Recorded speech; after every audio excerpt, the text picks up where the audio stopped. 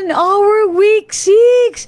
Oh my gosh! Yay! Day 37. Oh my gosh, I've been doing this like for more than 1 month already, and I want to congratulate you kasi we've been showing up. We've been consistent to our words, right? We've been consistent to our promise to ourselves that we're gonna be better.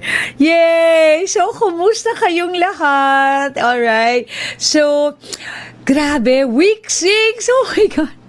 And 84 days before we officially say goodbye to 2024, right? And let's keep the momentum going and make every day count.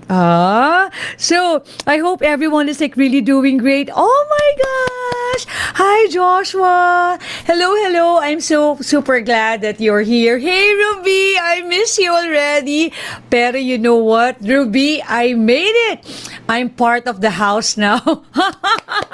All right, in my Content Mastery Bootcamp, and I also encourage all of you, like to really spend time and invest on your personal growth. Kumusta na? I miss serving at the feast last Sunday, but babawi po ako this Sunday. All right, and let's have a review lang of what we've done. Grabe, week 6. All right, so we talked about defining our why, creating small wins. All right, and of course, like building a growth mindset and so much more.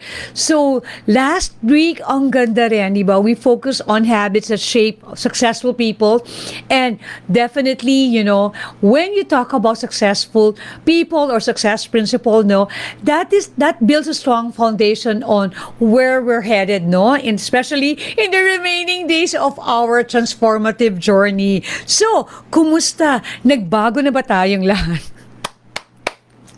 Nagbago na? Nag-improve na ba tayo? And I sure hope, na nag-improve na tayong lahat, because that is like really important, right? That we are improving, all right?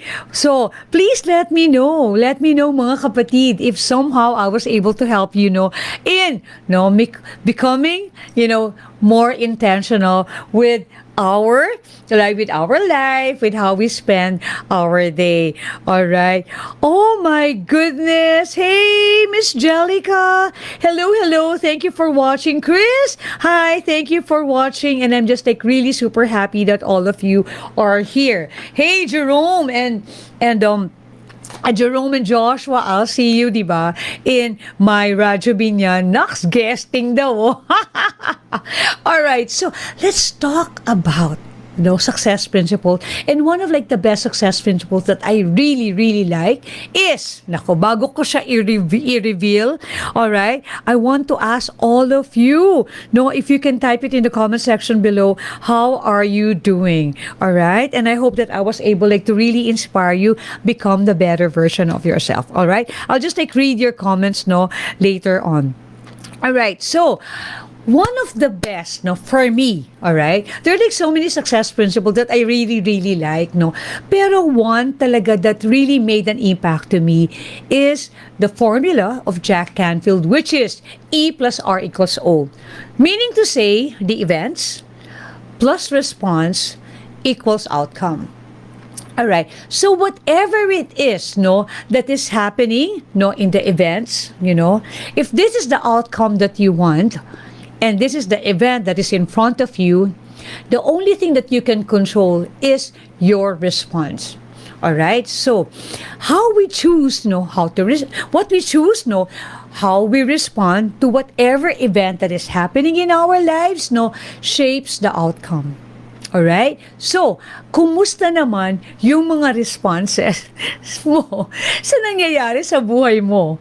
Right? So, imagine a difficult situation that you're in, right? So what will be your response? If you want, your initial response to the events that is happening to you is very, very critical.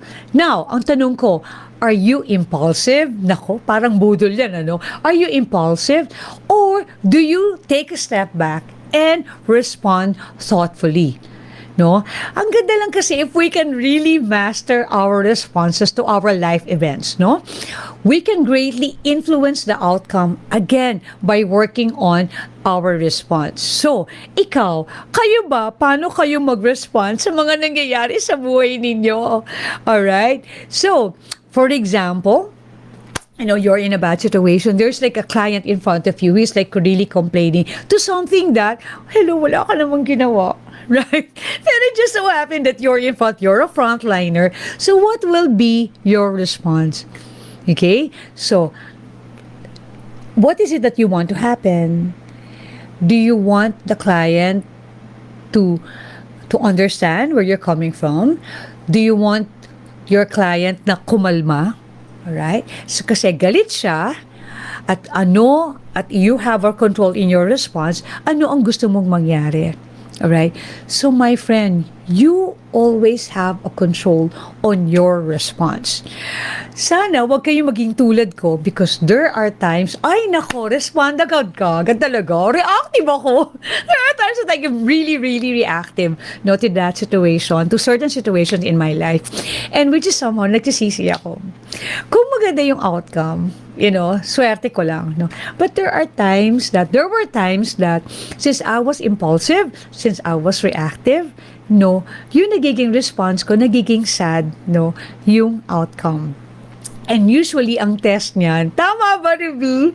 Chris, ang test usually, if you are really doing good, in really controlling your response, is that for certain stress, for certain unforeseen events, for certain biglang mangyayari in front of you, so many times natetest on how you want to respond. So, my hope and encouragement to all of us is that we will not respond drastically. We should be able to really control our responses. Now, to all our viewers, to all, especially for Team Replay, if you can, okay, let me know kung reactive ka. You can type 1, kasi some of you maybe you're driving, So you can type 1 if you are reactive and type 2 if, meron kang papos-pos. Alright? Ang swerte mo lang talaga. And how I wish I can be like that. People will just pause, before they respond.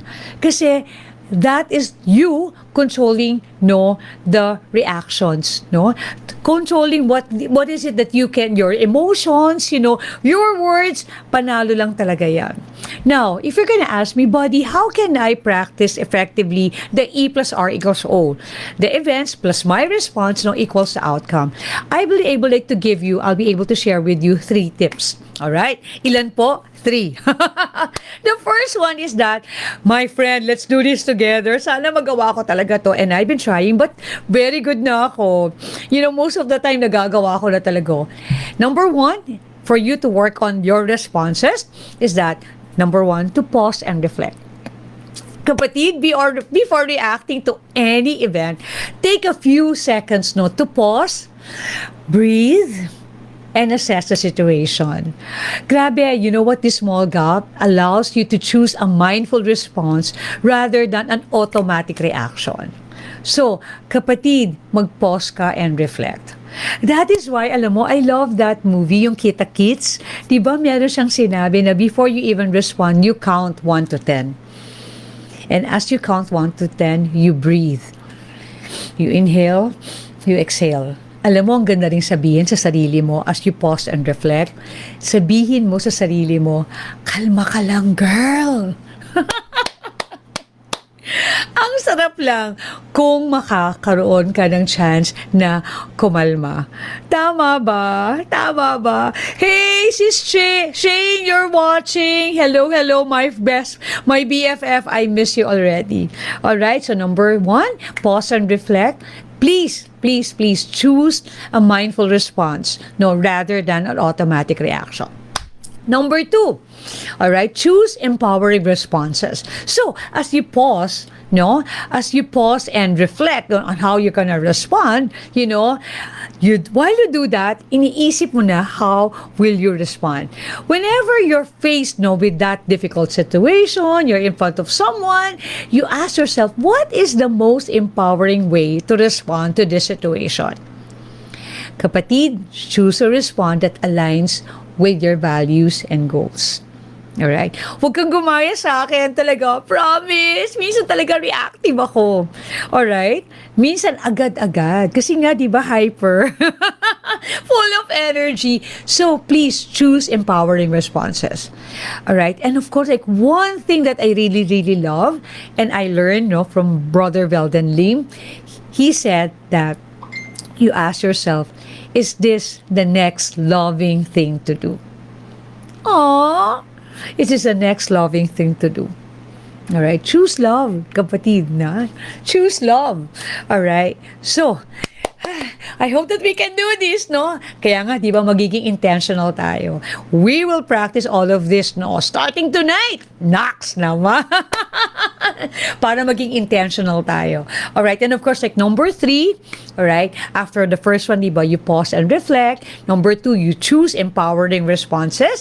Number 3 is that learn from every outcome. Regardless of the result, take time to reflect on what you learned from your previous experiences. Alam mo na yun, di ba? So what worked? No? What worked? What did you do differently? Di ba? So, as you respond, isipin mo kagad, ano ba yung ginawa ko nito before? Na masama yun nangyari. Or ano yung magandang ginawa ko before? Then continue to do that. So, it's really important na meron kang pa-reflect. Alright? And that will be, something that will make us better. Alright? Diba, this is the old you, and this is the new you, the better you. Yes! Alright, so very simple lang naman talaga. Yung event plus response equals outcome. Always look at what you want, how you will respond to things. So, for example, alright, magiging tayo ng example. Let's talk about health. Alright? You really have a goal that you want, like, to really say zero, be more mindful about your health. Gusto mo na the healthier you.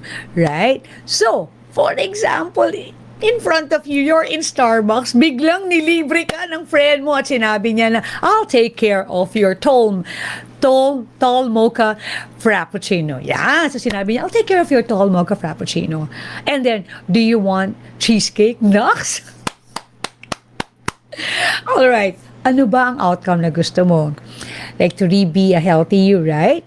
So, kapatid, alam ko, masarap ang cheesecake, masarap ang mocha frappuccino. Alright? But that is your second. Your second or your fourth sweets for the day.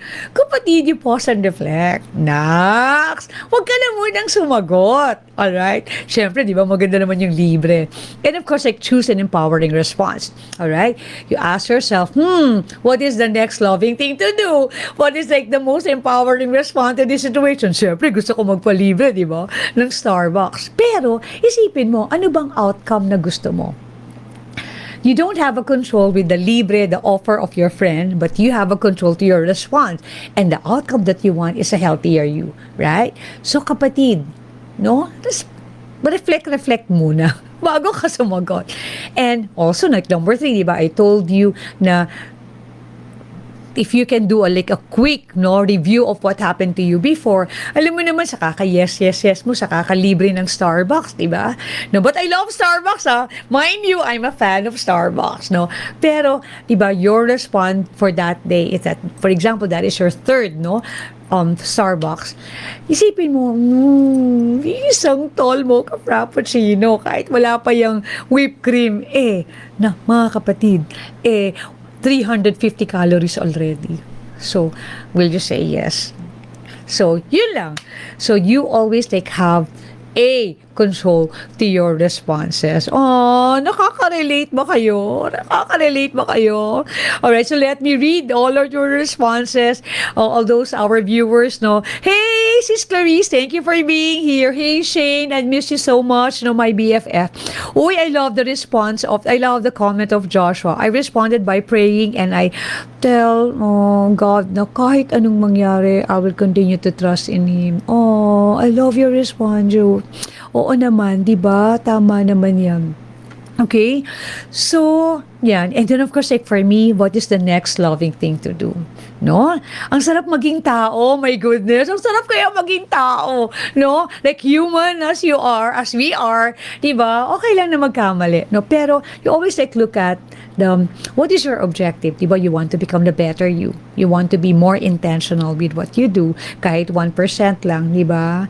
So, you choose, whatever response that you want to happen. Alright? Kung ano yung event na nasa harap mo, tingnan mo yung response mo, kasi yun ang outcome na mangyayari. Alright? Nako. And speaking of, I have nothing against Starbucks, no. Kaya lang, 'di ba, if we want to be the healthier us, 'di ba, like I mentioned to you before, I want you to be more intentional with being healthy. All right? So you can choose to be, they always say that, at least, aim, the first thing, ang pinaka-ultimate goal is that 80% of the time is that, whatever it is that you're eating, 80% of it is that healthy. So 20% na lang yung unhealthy.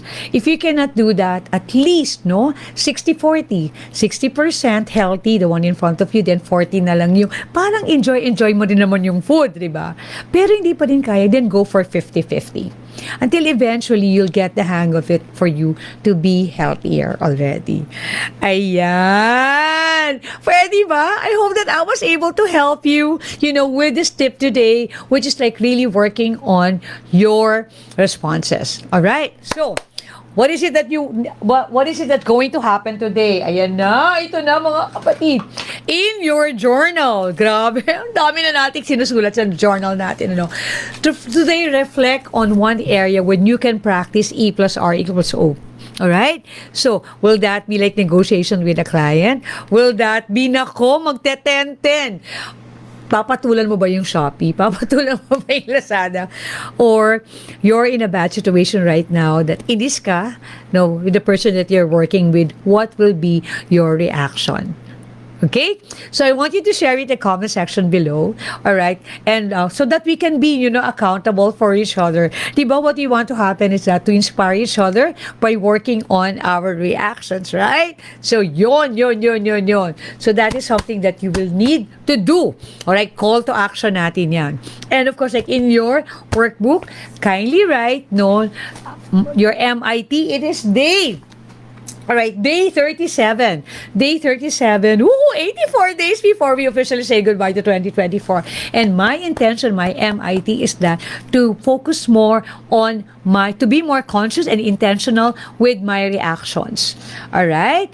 And then, of course, like what I said kanina, is to pause and reflect. Alright? If you can really stop yourself, automatic na mag-respond. Huwag ka muna mag-respond. Pause and reflect. And of course, choose empowering response. And one way of also doing that is to ask yourself, is this the next loving thing to do?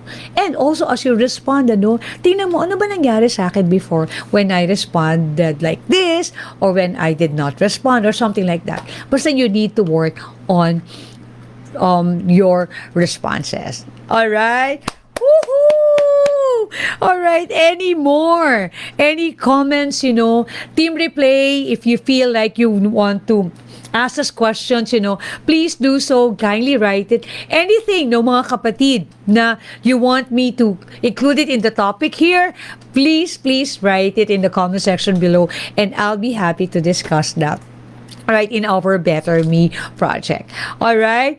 Yay! Woohoo! I'm really, really happy. So, today is day 37, and we only have 84 days to go before we officially say goodbye to 2024. And I want to thank you all for joining me in this Better Me project. And remember, this project is not about perfection, but about progress, right? One day at a time. So, let's all stay committed. Let's be intentional. And most importantly, stay true, to our reason why we do this. Stay true to our yeses to ourselves, And kapatid, huwag kang ma-stress, di ba? Kasi sinasabi ko nga, di ba, day 37 na pwede mo namang i-rewind. Or you can start. Now, maybe you can start today, because there's no better time than to start today. And let's keep going. All right, let's keep going together toward a better and more intentional 2024. Yay! Thank you again, everyone, for being here. And I really love it. And thank you really for the support. Hey, thank you, Chris, for typing that. Mga kabody-body ko.